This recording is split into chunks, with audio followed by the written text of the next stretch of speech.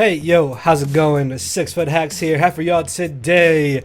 My week number 2 match of GBA Season 9, take number 2 against Deathly. I am formerly the coach of the Seattle Drizzlers, but now the coach of the Tennessee Trubbish. His channel link and stuff will be down below for you guys to go check out, as well as our team builder, so you can find out why we are bringing what we are bringing and what we expected Deathly to bring. So if you guys do enjoy this, hit that thumbs up button down below. And also, quick question before we dive into the battle here. I've seen those random story things on YouTube. I don't know if you guys know what I'm talking about, but like it has this Snapchat thing where you can post something going on during your day, and I was wondering if you guys would kind of like to see that from me, so I can kind of keep y'all updated. I know I normally update y'all very late, so this way I can kind of be more interactive with y'all and whatnot. So let me know if that is something you may be interested in me possibly doing, and yeah, just comment it down below. So the first thing I noticed about Deathly's team in this match was the fact that he had no Tapu Fini,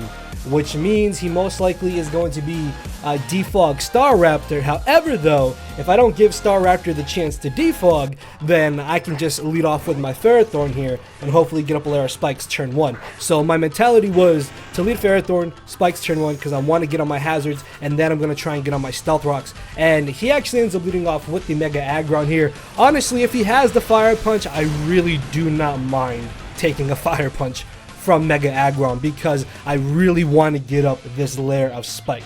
Spikes and Rocks are going to be absolutely amazing in this game, and there was something that I actually completely overlooked as well during the team preview, and that was the fact that Tapu Fini is a Fairy type, which resists Dark type, and Hoopa is not a pure Dark type, which means he has absolutely no good answer to my Darkrai, which is Modest Life Orb.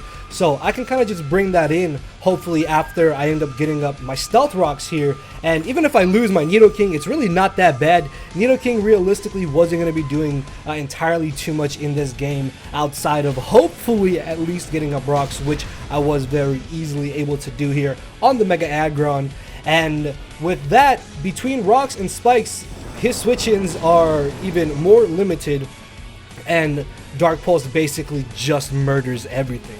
So as he knocks out my Nidoking here, even though I could possibly bring in my Mega Medicham, the issue with that is that I could bait him into the Staraptor, but if I bring in my Darkrai here, even if I knock out this Mega Aggron, it doesn't really matter if he brings in the Staraptor against me, because then I can switch into my Ferrothorn. And even though I could have left in Medicham and still gone for an offensive move, he might have switched into Gothitelle, saving his Aggron. This way I at least get rid of the Aggron, and it doesn't necessarily matter too much if the Staraptor does come in, because if it can't 2-hit KO my Ferrothorn, which it hopefully can't depending on this set, then that would be absolutely amazing. But if it does 2-hit KO me, I am still going to be able to get off a good amount of damage with the Iron Barbs, which this damage output is disgusting. I was a mixed defensive Ferrothorn, but the fact that that's still easily a 2-hit KO is baffling, because it turns out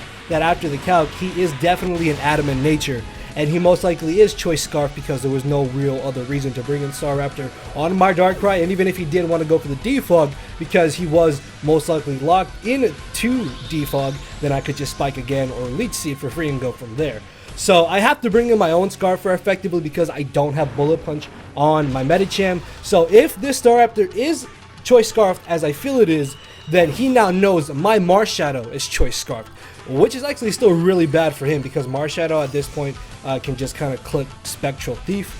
But as he brings in the Gothitelle here, the main reason I wanted to rock to him is because I didn't want him to bring in the Kyurem or the Volcarona, and I guess I still would have done a good amount of damage to the Hoopa as well. But because I am a Ghost type, I am not going to be trapped by Gothitelle's Shadow Tag here, as I make an aggressive switch directly into my Darkrai here, hoping that he would Psychic, but he actually ends up going for the Reflect. And this is amazing, because even if he is Cold Burberry, I don't think he's going to be able to one-shot my Darkrai after the Life Orb damage, so I effectively just get another KO here, as for some odd reason he brings in the Hoopa on my Darkrai. I'm not sure why he did this. I feel like if he just sacked off Goth and then brought in Hoopa, that might have been a little bit better, but I'm guessing maybe he thought he could take 2 or that he could bluff the Choice Scarf, which, to be fair, I was very close to switching out, but I figured that at this point so much of his team is weakened, and after that Dark Pulse damage he is in range of Shadow Sneak regardless, that I could just be aggressive with my Darkrai, and it ends up paying off as he then brings in the Kyurem. If that Hoopa was not Scarfed, I don't think that this Kyurem will be Scarfed, but the same thought process went into this turn as the previous turn, where if he is Scarfed, it's fine. Honestly, it's not that big of an issue.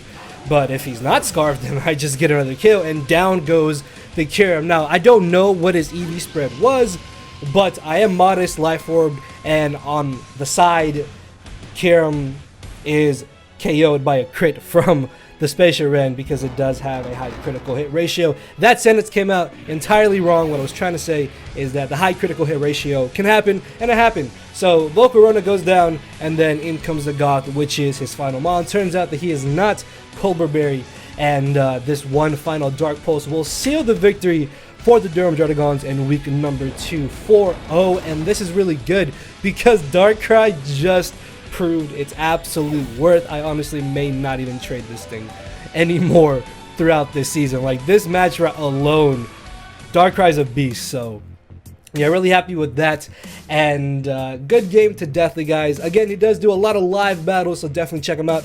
Channel link and stuff will be down below. We have gotten off to a great start in the GBA Season 9 so far. For week number 3, we are taking on MV, and I definitely want that to be a good game. We had an amazing game in the APA, which if you guys didn't see that, then check that out. Sorry for the little plug, but hopefully this game will be just as good, and you guys will enjoy it, and I may be able to hopefully have my capture card working again. So yeah, with that being said, see y'all next week. Thank you for watching. Later, everybody. Cause my brain and heart are both tied in the knot, and this hinders me from crying a lot. This causing me to show no emotion. But when I said I cared, I wasn't joking. But I guess it's too late for me to become broken. For now, I'm living with no more pain, tears, or hoping. I'm just coasting. Yeah, I said I'm coasting. No more pain, tears, and hoping. For real.